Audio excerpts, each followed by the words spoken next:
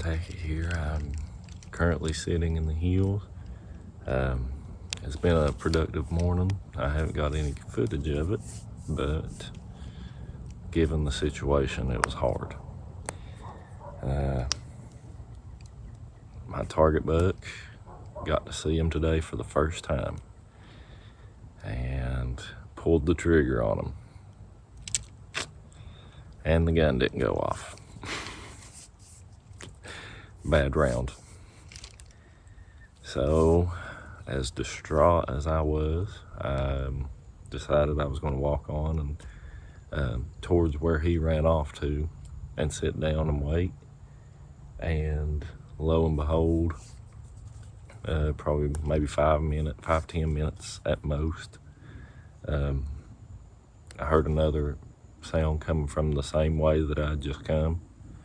So I knew it wasn't him, but I looked over my shoulder, and about right there, right in there somewhere, stood a buck.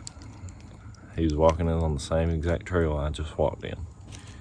And I turned around the tree like this and shot him.